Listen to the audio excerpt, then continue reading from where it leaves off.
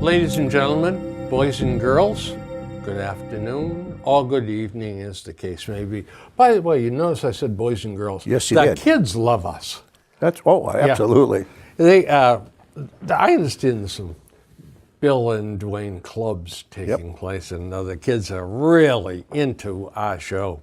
And it's good for them. Oh, absolutely. This is a makes them think. Very good show for the youth of America. Yeah, right. So there we are, folks. We're the last time we were on, we were dealing with some very serious and deep subjects. And some not so serious and deep. But. And we're going to continue on. But first of all, I have brought this book by James Lee Burke, New Iberia Blues, in for my friend Dwayne. James Lee Burke is an extremely talented writer. One of my favorite mystery novelists. He writes about Cajun country down in Louisiana, and this is his brand new book. And after the last one, I couldn't wait for the library to get it. I went and bought it myself.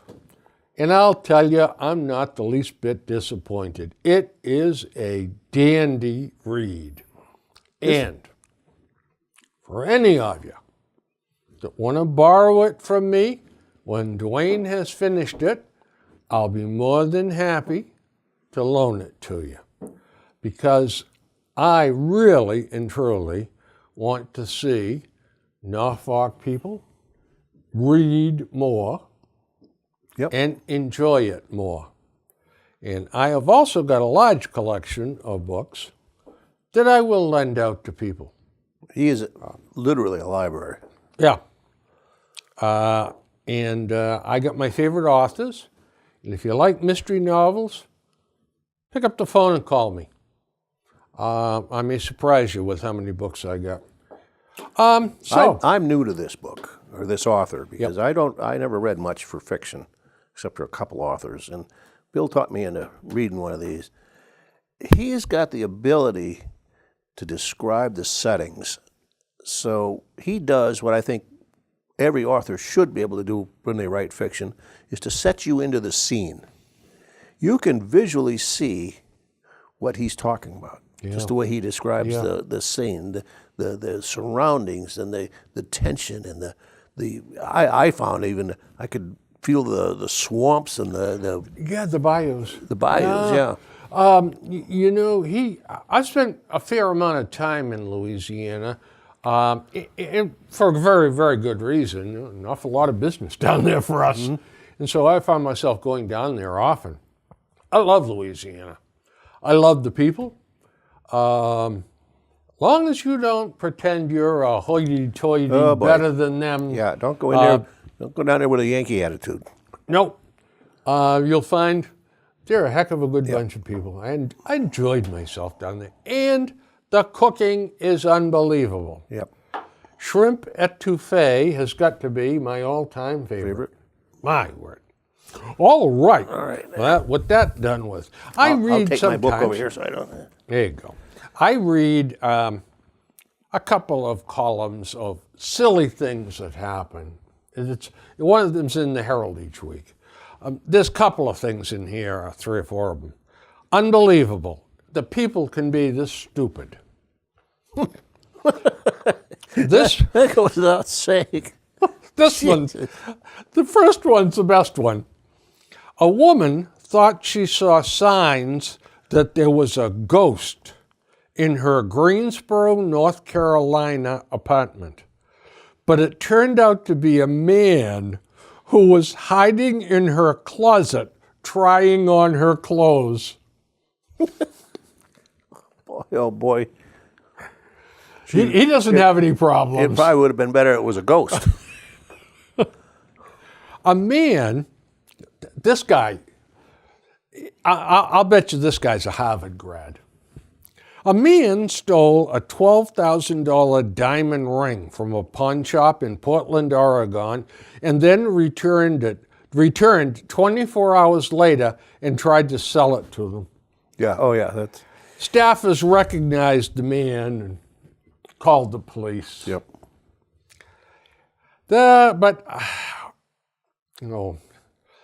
Two women aged 79 and 86 got into a brawl at a nursing home in Rideau Lakes, Ontario, because they both claimed the same seat at the evening's bingo game. That I found out is a problem in a lot of these things, that the seniors play bingo and these ladies get very, very possessive of where they Lucky seats. Lucky seats. Yeah, it's a mortal sin. Yep. Yeah. You don't mess with a bingo. They actually had to call the police. Yeah. I saw in a paper that some of the senior places like in Florida have to hire a security guard when they play the bingo because they get out of hand. It's beautiful. Well, this, though, takes the cake. Number 4.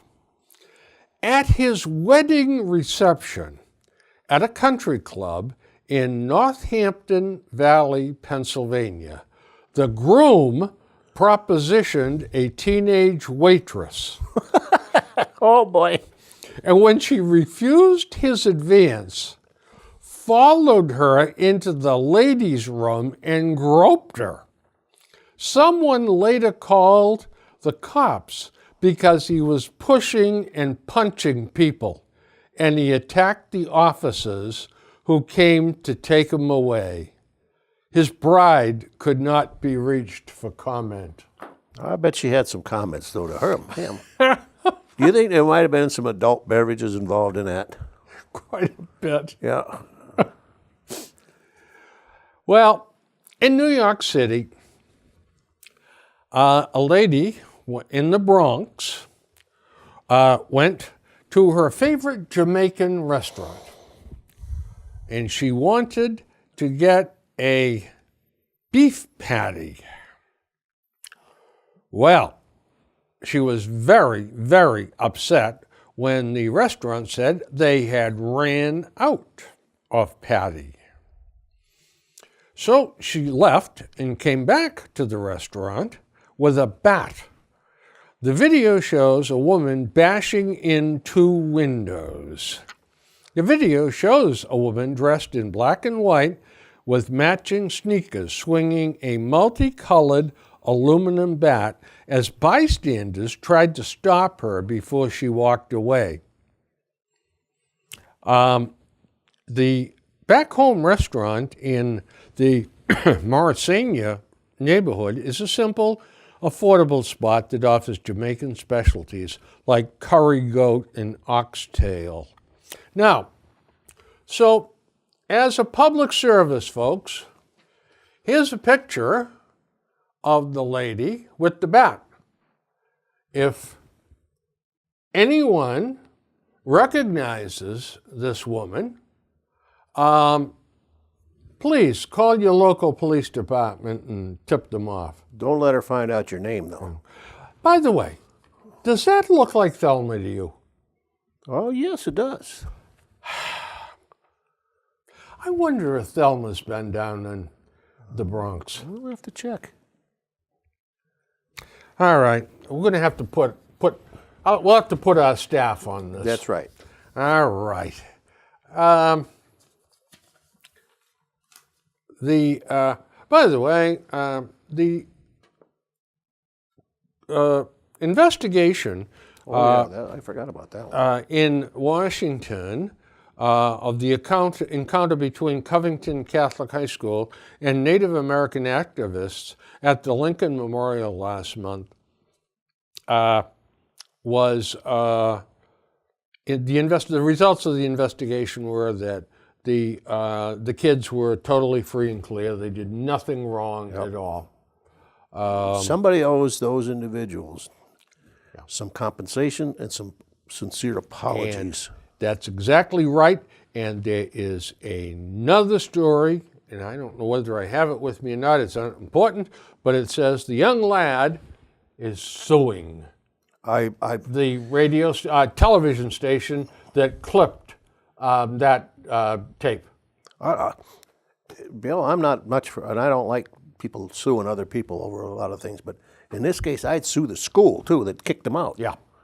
Because they judged Oh, them yeah. immediately. Oh, absolutely. The bishop or the Monsignor Yeah. and that as a Catholic school. The Diocese of Covington and the Covington Catholic School Yep. immediately condemned the boys for their actions without knowing the stories. They had no idea. That's right. And the way they presented on TV, it looked like this kid was just a smirky little brat Yeah.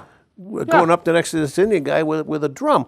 But the fact it was the Indian guy that was intimidating him, walking up to him, and the kid said, well, I'm not backing up. That's right. I'm just going to stand my ground. I'm not going to do anything. I'll just look at you and smile. But it was interpreted totally different. Totally and completely different. Yep. I have a kind of longer article to read, Okay. written by Star Parker, who is an author and the president of CURE, Center for Urban Renewal and Education. My fellow Americans, given that the Democratic Party chose to select a recently defeated political candidate to give a response to the President's State of the Union address because she is black and a woman, I feel I should also step up and give my response. Although I have not recently lost a governor's contest, I am black and I am a woman. Democrats want Americans, particularly minority Americans, to believe that a left-wing agenda is what they need and what will define America's future. I am here to say today that the agenda of the left is the problem, not the solution. For too many years, the left, and I am talking here about the hardcore secular humanist and socialist agenda, have been dominating discourse in our minority communities. America's future is in the values that defined it from the beginning, from the values that defined it from the beginning. Christianity, capitalism, and the Constitution. When I say Christianity, I do not mean to deny the bedrock of religious freedom. I mean to say these values must be predominant and define our nation and our culture. There is no freedom without family, and there is no family without faith. It's as simple as that. Should every American be free to choose? Yes. But recognize that in 2018, growth of the American population was the lowest it's been in 80 years. The Census Bureau projects that in 16 years, there will be more Americans over 65 than under 18. Without children, our future is in danger. Our future is about life, not the 61 million abortions since Roe v. Wade.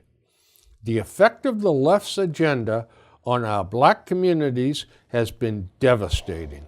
Single-parent homes and out-of-wedlock births have tripled since the 1960s. What kind of future can we expect for our black children when they so often come from low-income, single-parent households? We must restore the integrity of family in all American communities. This can only happen with a revival of faith. For sure, this will not happen with the sick message from the left of moral relativism and nihilism. Capitalism is also the bedrock of our future. Freedom is about individuals taking responsibility for their lives. It is about building, creating, working, saving, and owning. This is capitalism. It's not a culture of victimhood or blaming everyone else for your challenges and your problems. Personal empowerment comes with personal responsibility. America is about you, not politicians. And the Constitution is the handbook that our founders provided us to keep government limited and keep politicians out of our lives. America is in a fiscal and moral crisis. We have budget deficits and national debt like this nation has never experienced before. This bankruptcy is a product of a half-century of increasingly adopting welfare state policies. We can turn it around. The president, whom the left is attacking as a racist and a dictator, has gotten America growing faster than it has in years, with Black and Latino unemployment rates the lowest they have been in history. I am one Black woman who believes in America and loves this country and believes that our future lies in Christianity, capitalism, and the Constitution. And I am here to tell you that tens of millions of Americans of all backgrounds are with me and are with President Trump. You know, I read all of the editorials in both Boston newspapers. Mm-hmm. This is perhaps the best one I've read. This was good. In a long time. Yep. It sums up the cultural problem that we have in this country. Yeah. And you and I talked about this before. The celebrating of the single-parent family. This is a real problem. It really made it into is. mainstream. Yeah. I'm just going out and I'm have a few kids. I'm not going to get married. Why get married? I don't even want to know who the father is.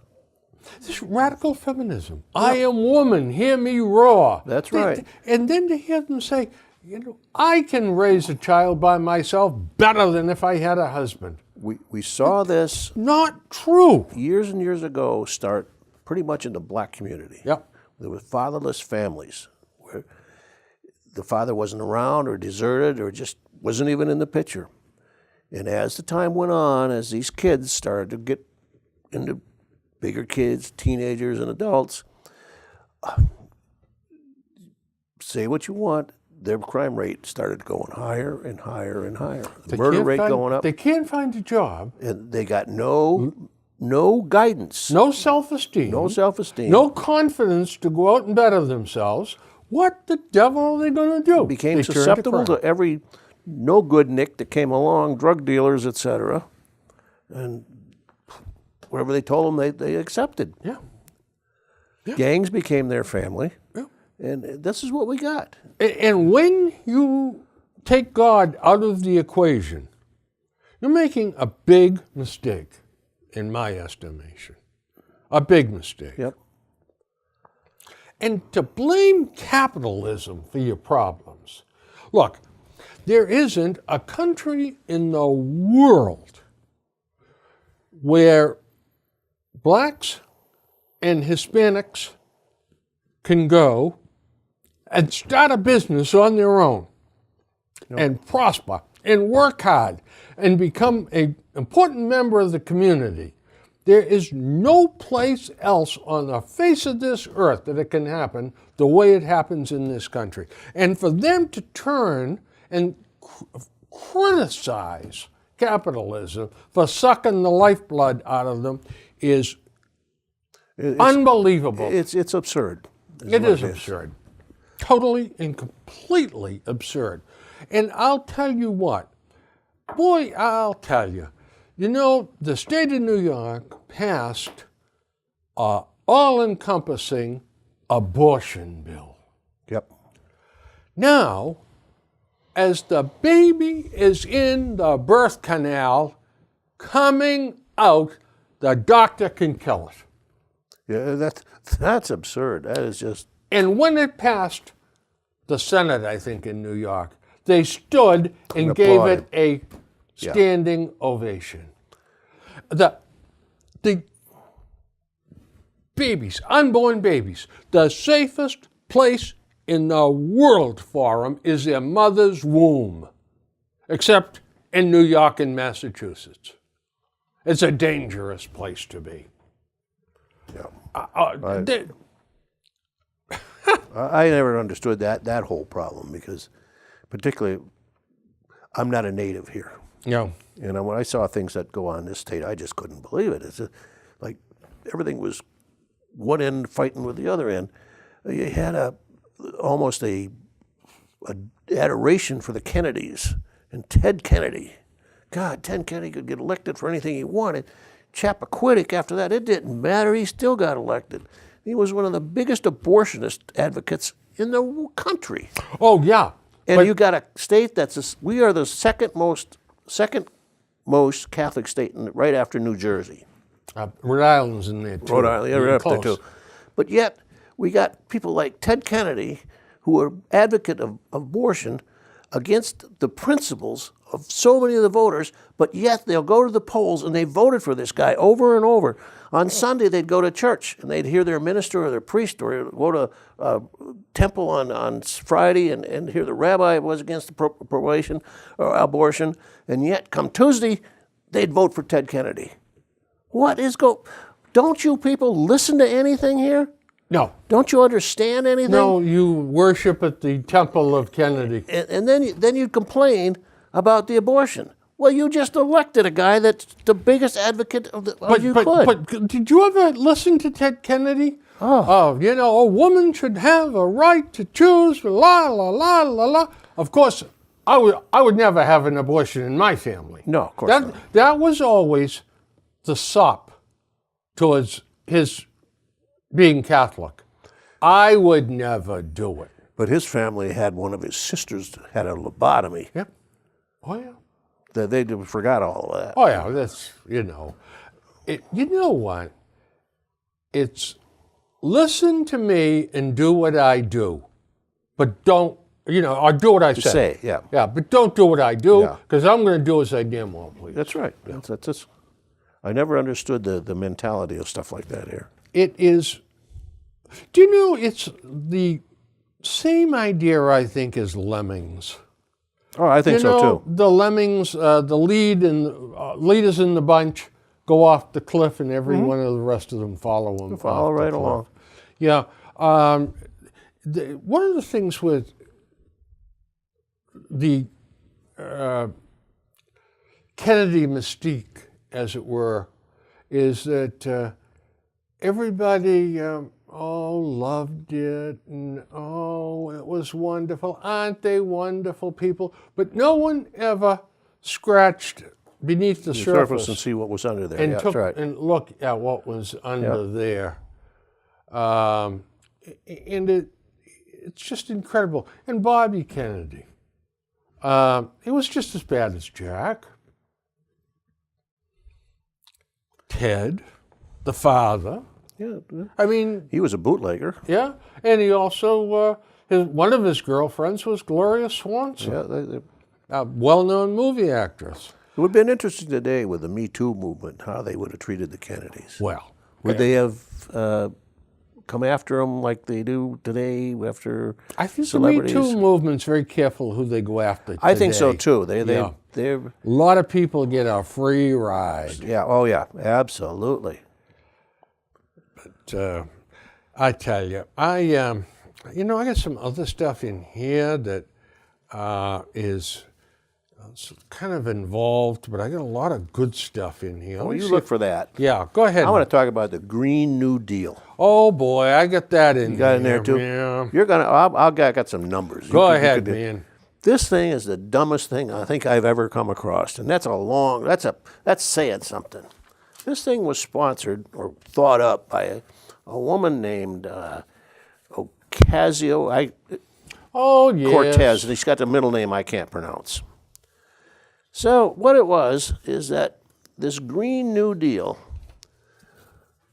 objective is to be rid of all fossil fuels in 10 years. Yep. 10 years. Now, you think of fossil fuels, it's not just coal. It's gasoline, oil, natural gas, all of them. Now, everybody can see, maybe in 10 years we got cars that have battery power enough to run them. There's no such thing as an electric airplane. So first of all, you're going to have to eliminate the airlines. But not only that, this is so stupid. It is so stupid, guess who's endorsed it? One of our brilliant senators. And this time it's not Pocahontas. It's Ed Malarkey, better known as Markey. Billy Bulger said He comes to the battle of the wits unarmed. Unarmed. I mean, unbelievable. He is absolutely endorsing this thing. And here, just listen to this. This country has right now approximately 850 gigawatts of power available. That means if you took every power plant in the country, every nuke plant, every coal, everything, we could produce 850 gigawatts of electricity. Okay? And cost. Here what it is. Today, they want to go to renewable resources. It costs $1,455 a kilowatt to $2,773 a kilowatt to generate this by solar. It costs $1,759 or up to $3,212 to do it by wind power. And that's land-based wind power. Offshore wind power is a lot more expensive because of where it is. Now, to produce enough power to do that would require, you have to replace 850 gigawatts of power. What's 850 gigawatts? Hold on to your hat here. It's 850 million kilowatts. And at that price, the bill comes to $425 trillion just to stay even. That's not increasing your electrical usage in 10 years. 25 trillion. Now, I'm not really sure what our national budget is here. The national debt is, I think, 22 trillion. Yeah, so this is 400.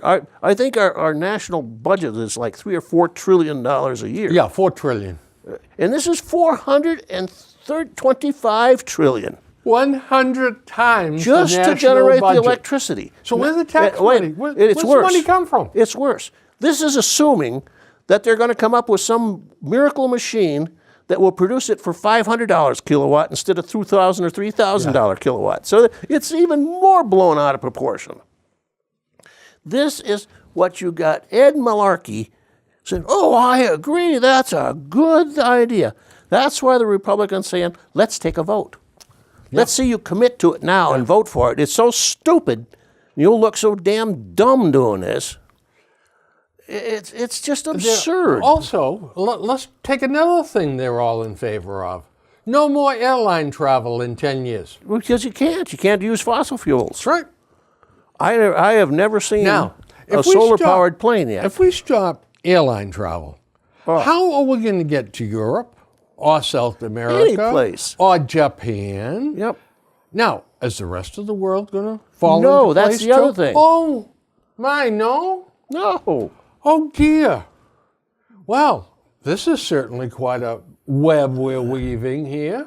This is when I saw Malarkey hook onto this thing, I said, "Oh my God!" And who else? I'm surprised Elizabeth Warren wasn't hooked onto she it is. too. She's on. She will be. Yeah. She'll be one of the supporters. McConnell is going to call for a vote on this. Yeah, that's what in the Senate, and Markey went berserk. Crazy.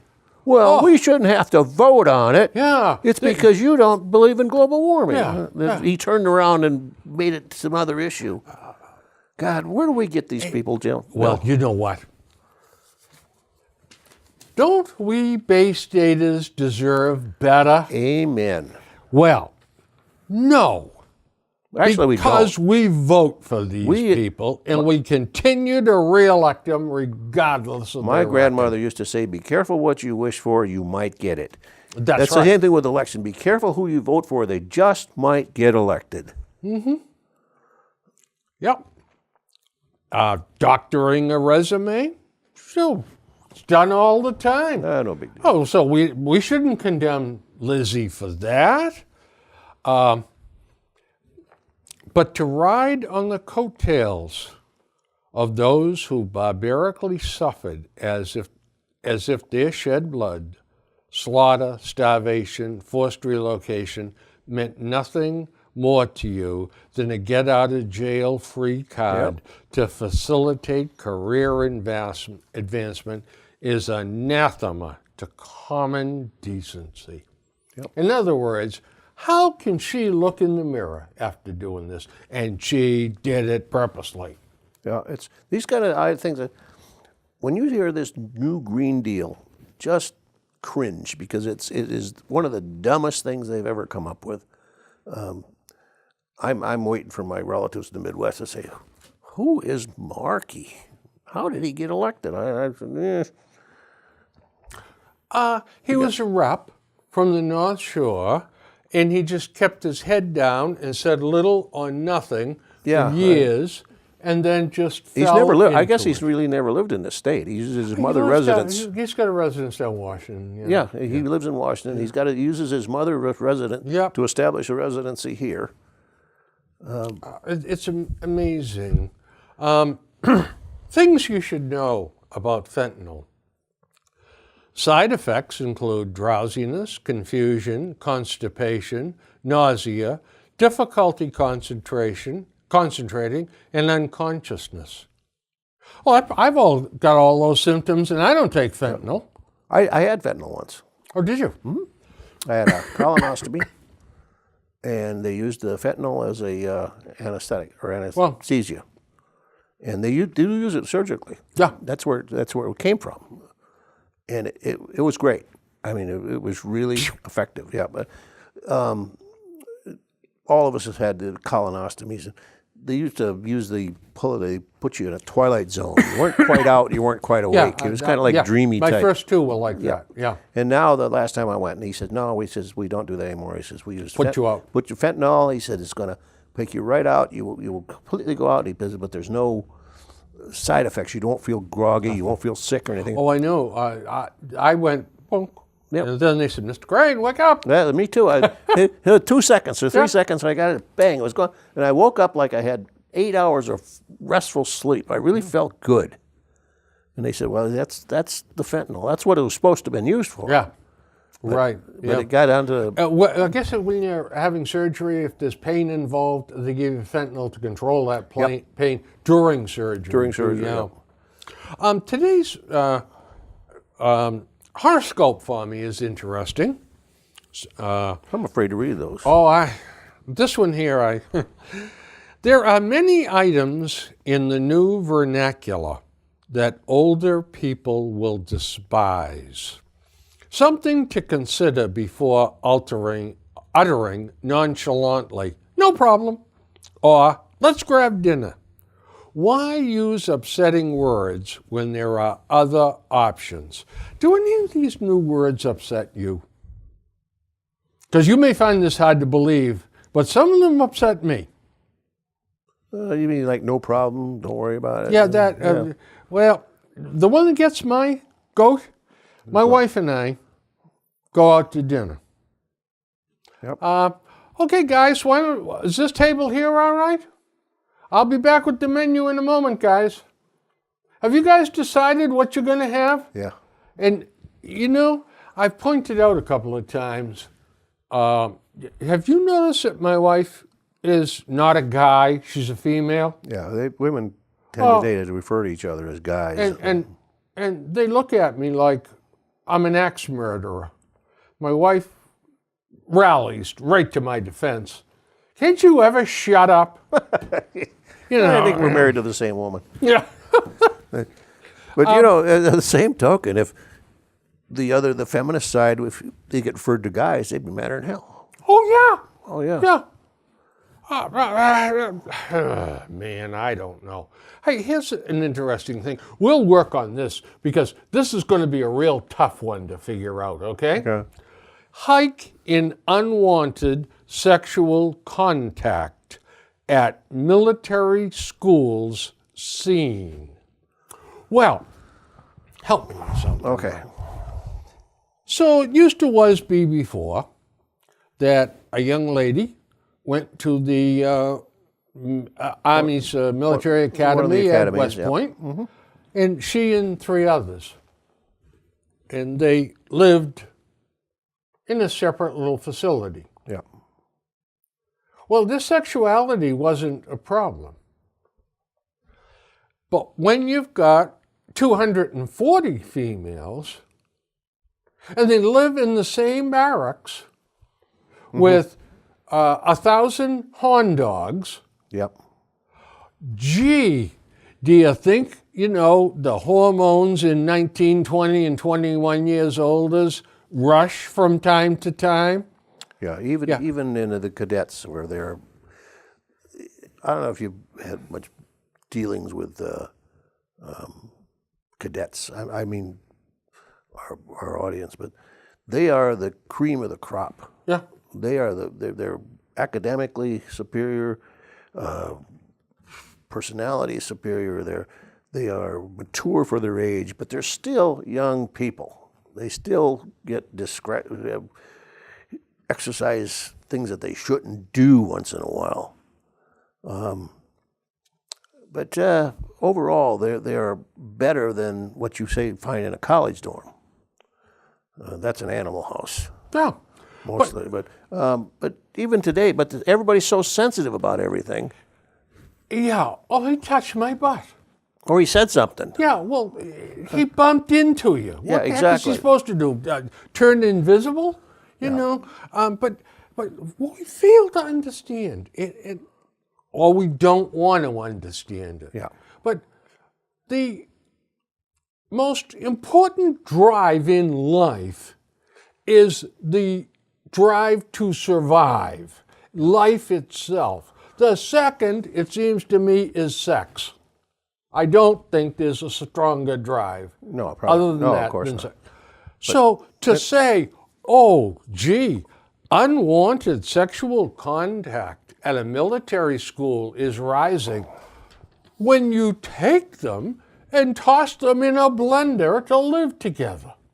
Now, with that, you took, which was a monosexual situation before, they were mostly male and a few women, and now you put the mixture and make more opposite sex together. There's more contact. It's just a matter of numbers, and this is what this mostly is. It's a matter of numbers. We're not saying there isn't sexual harassment or sexual assault in the military academies. Every place. It's every place, but it is less there than there is in the civilian situations. Oh, absolutely. Yeah, absolutely. Because the discipline is much, much higher. Yeah, I and mean, not the only discipline's that, unreal. But these guys are highly motivated to get through this That's and right. get commissioned as officers and get on with their careers. But they still are put in a situation of male-female contact, and the women are just as predatory as the men. Yeah, Now, but this may come to a shock to you folks out there, but in my lifetime, I will argue that the women can be just as aggressive as the men. In some cases, more. Yep. I've worked in a couple of situations like Right. that. Okay, change of subject. I really am very interested in Lizzie Borden and what took place down in Fall River in Lizzie Borden's home back in 1892 when she did or did not kill her mother and father with an axe. Now, we went down, some of us from the senior center went down a couple of years ago for a tour of Lizzie's house and the Fall River Historical Society's Borden exhibits. It was great. And Norma Schrewen and I had determined that come spring, we're going to organize another trip down there again because it's fascinating. So, if any of you folks are interested, we'll probably have a carpool or maybe a bus. Let me know. I'm in the phone book, Bill Crane. Give me a call and tell me you're interested. We'll see what we can do about setting up a trip. Okay. All right? All right. Now, When you get down there, Bill, I've never been there. Do they determine she did it or didn't do it? okay. Glad you asked me that. I don't know a lot about a lot. I'm not a super brain, but I do know a lot about trapping. I've always fancied myself as knowing a pretty good idea what goes on at horse races, politics, in Lizzie Borden. Okay. I've read everything I can get my hands on on Lizzie Borden. Now, there is one book that is the authority. All the others were written afterwards, and are poorly done, in my estimation. But A Private Disgrace by Victoria Endicott Lincoln is the top book. She spent 6 or 7 years of her life reading everything she could find, trial transcripts, everything. And she paints a very plausible picture that there's no way Lizzie didn't do it. Okay. Yeah. But now what is very important, and what we did last time, I have like 4 or 5 copies of A Private Disgrace. And we lent them out to people to read before we went on the trip. Yep. Get a little background. So that you got an idea of what you're looking at when you get to the house. Mm-hmm. And there's one point in the trial, or the inquest, I forget which. Well, I was upstairs. I was coming down the stairs. No, I was downstairs. When you get to see upstairs, downstairs, and such a small, cramped house is also something else that jumped out at me. They wouldn't let us see the cellar the first time I was down there. I understand now you can see the cellar because there was some important stuff to do with the crime down cellar too. But it's pretty cut and dried. Well, I have this fellow. A Roxbury man faces gun charges after allegedly fleeing from officers during a Friday traffic stop while in possession of high-capacity firearm loaded with 21 rounds of ammunition. He was stopped because his vehicle's headlights and taillights were off. When he finally stopped, he ran. They finally tackled him, and when they did, they found a Cobra M11 firearm loaded with 21 rounds of lime ammunition, the release said. He was charged with unlawful possession of a firearm, unlawful possession of a large capacity firearm, unlawful possession of ammunition, operating after revocation or suspension, and failure to stop for a police officer. Shall we make any predictions as to what will happen to this upstanding First of all, young he's going to be lad? released on his own recognizance. More than likely.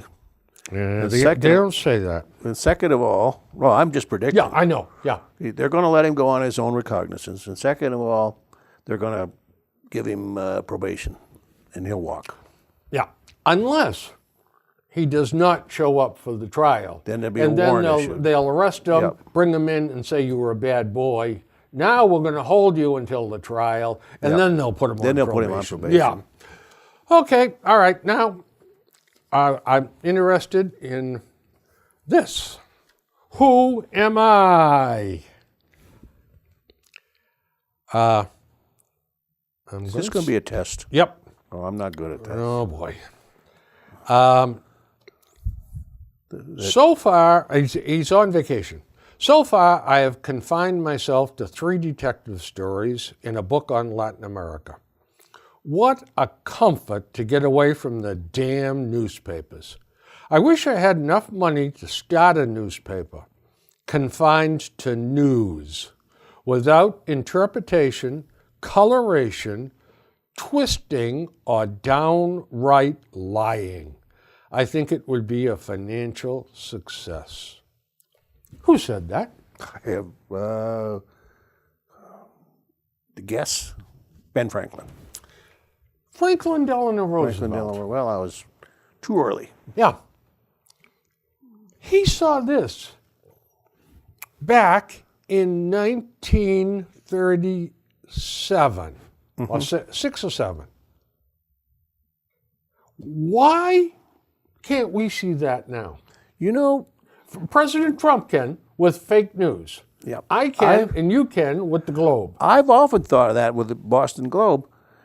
I don't give a damn what your opinions are. I don't give a damn what you think about this. You're a newspaper. You take ink and you put it on a paper and you report the news.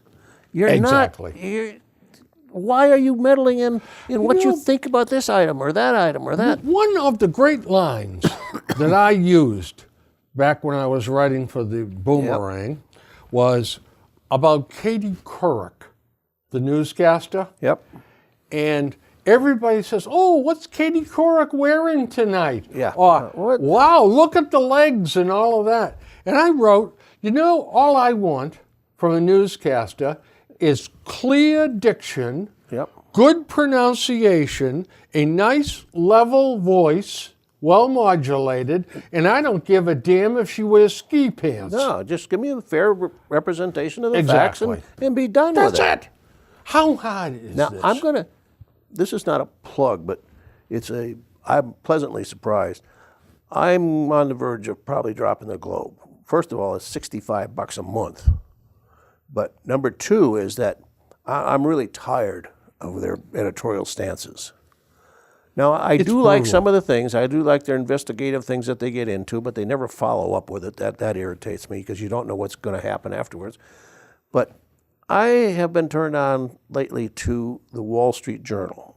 Now, the Wall Street Journal used to be for moneyed people, Strictly financial. strictly financial. It's not anymore, folks. It's a nice newspaper. It's really interesting. International. Yep, and it's fair-minded. It's not left-leaning. It's not right-leaning, but they present a fair picture of things, and interesting things, and the things that they do. You can. The Globe will have something that the New York or Wall Street Journal will have it, and they're different. Mm-hmm. The Globe omits a lot of things to skew things the way they want it to read. The Journal doesn't. They give you all the facts, and you decide for yourself. But I don't know if it's probably an introductory rate, but it's $99 for 6 months. Yeah. And the Globe is $65 a month. Is it the same lady that delivers the Globe that delivers the Wall Street They come Journal? together in the same envelope. Yeah. Yeah. Now, it's her and her husband together? I don't know. Okay. Wait a minute. I get them. I just wrote them a check too for Christmas for a tip. Ferrara is one of them. I know that might be the Chronicle. Yeah, that's a chronicle. Okay. Yeah. I don't remember who the other one was. Yeah, Ferrara is the one that delivers. One was in North Attleboro and one was in Mansfield, I think. Yeah, the North Attleboro. Okay. Yeah. I think that's the same people that deliver my Globe and my Herald to me every morning. Did they come together? Yeah. Okay, and the Wall Street Journal would come together with that too, which makes sense, They are great. Yeah. And, Yeah, they are. Oh, man. once in a great while, they take a night off or something, and the delivery truck comes 2 hours later than they did. But, she brings it to my door and puts it in my front door between the storm door and mine the door. both of them paper. I ask them to bring it up. I have a long driveway. And Yep. It's shaded, so in the wintertime particularly, it's always ice. There's always full ice. And I don't walk out there anymore and take a chance. I've been on my butt too many times doing that. They bring it up, and if it's inclement weather, they lean up against the garage door. Yeah. It's laying right there, and open the door, it falls in. I mean, you can't ask for anything better than that. Nope. They are very, very nice people. And as a result, they earn a Super Billy tip. Now, Joe Kennedy, look at him walking along there. He's as happy as Alice in Wonderland, isn't he? He is clueless. Isn't he beautiful? I'll tell you, it's something in the family. But he jumped right on the Warren bandwagon. Yep. And that's the gist of this, is that why did you do this? Jump on it. Because keep your powder dry and see what develops. And you can do more for Massachusetts downstream by getting yourself aligned to a winner. Yeah, there's a risk with jumping on Warren's bandwagon. You don't know what's going to happen with her. Well, because first of all, folks, we perceive Elizabeth Warren as one way, it's very positive for a lot of people here. Not for me, not for Bill, and not for anybody that can think past their nose. But the rest of the country thinks she's a joke.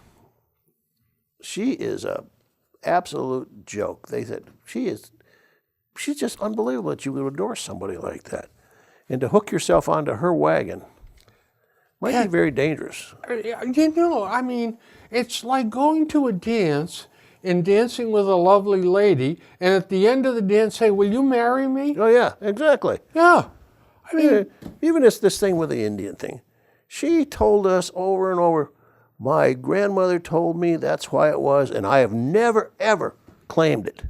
I've never used it.